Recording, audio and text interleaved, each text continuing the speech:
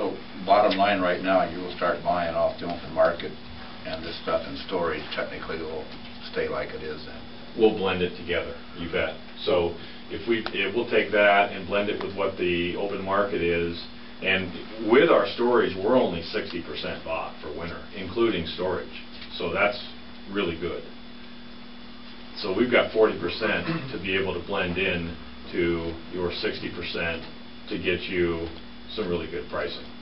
So our prices should actually go down as the winter.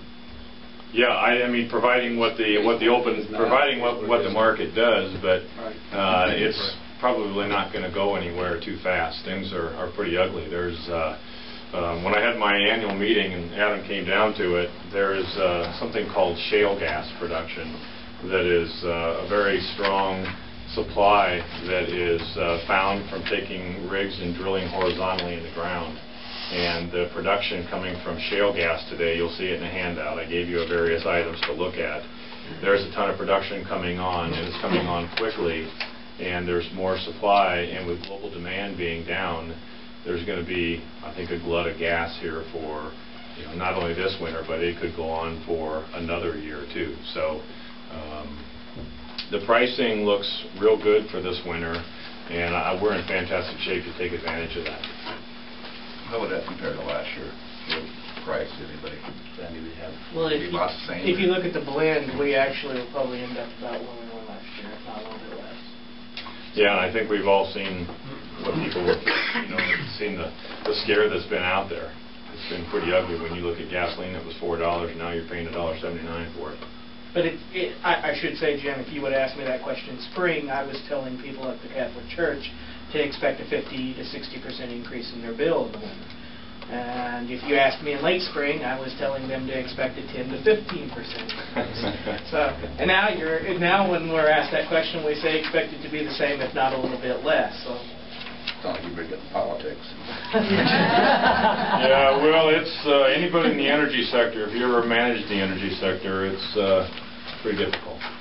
The volatility will. I mean, look at propane. I mean, I don't have to tell you what propane's done this year, I'm sure, but it's been it's another volatile commodity. But anyway, those are. I mean, I can go through, and I mean, I just wanted to include some of the types of different things that we do. I already mentioned a lot of them, but I think an important item, the reason you do have storage is on the U.S. gas production and consumption page towards the back. I don't know, maybe 8, 9 pages back. It's a page that looks like this. And I wanted to share with you really what that indicates is roughly in about 1988 or so, that is when U.S. production no longer kept up with our consumption.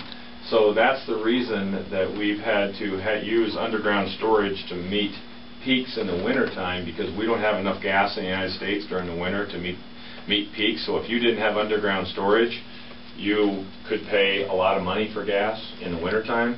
Well, Sac City's in a very, very good position because you have a lot of storage given the amount of gas that you use for the year.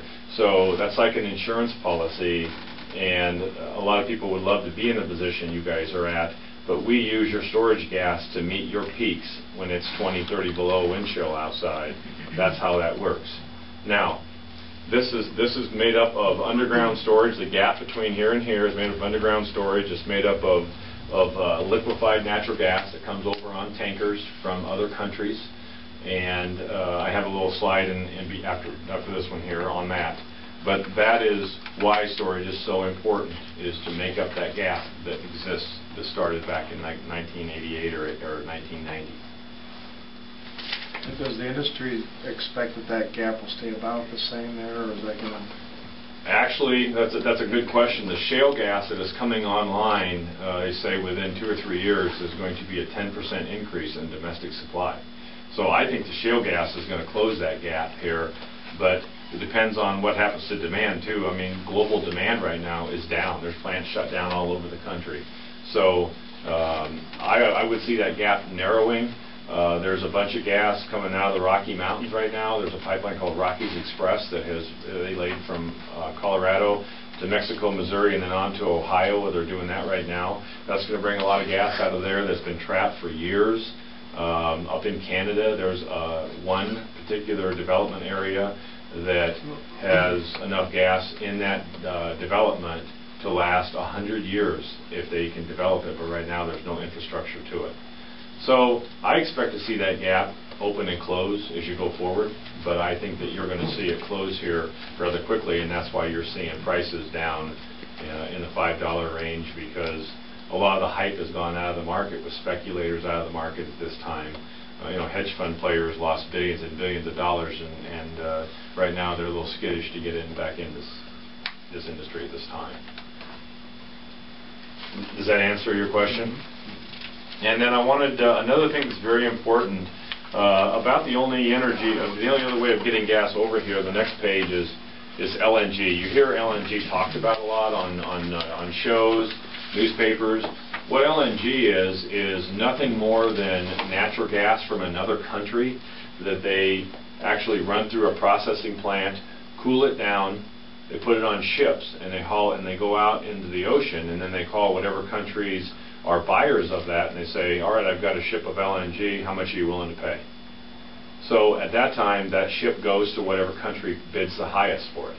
So LNG is something, it costs about $3 to cool down natural gas into a liquid form and ship it over to the United States and reheat it up into a gas state, like the gas that comes out of the ground here in the United States, and then put it in the pipeline. So it's about a $3 charge. So outside of that transportation spread, having LNG is the answer to the future if our shale gas doesn't pan out to be what it's supposed to be. But there are terminals being built right now. There's already approved and being built to handle the LNG coming into our country.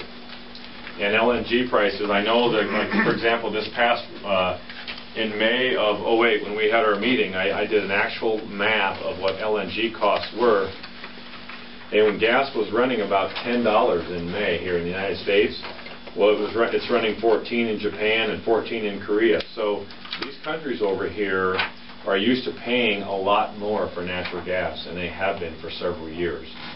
But LNG will be something you hear more of because there are tankers being built and they're ready to go, and you're going to see them bringing gas into our marketplace and competing with what our shale gas and our finds are. So there's a lot of good things going on from a supply standpoint.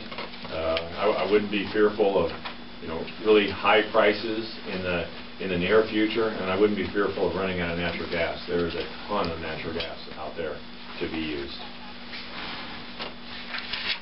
So you don't need forecast, but anyway, that's kind of generally what I wanted to just answer a few things like that, and then I'd like to answer any questions you have on natural gas, because in my business we handle everything from finding the gas, managing the transportation, and I'm saying that in a simple form, but you have to be within 5% on a daily basis of what goes in the pipe down in the supply patch and what you use at your border station out here, 5%.